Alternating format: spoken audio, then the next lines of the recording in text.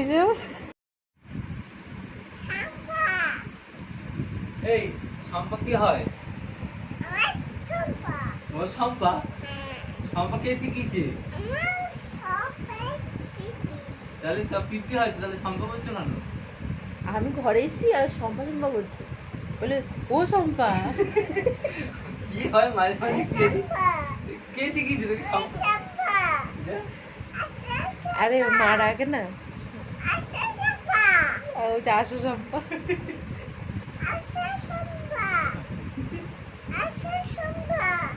এই পিপি হয়, পিপি বল। আয়া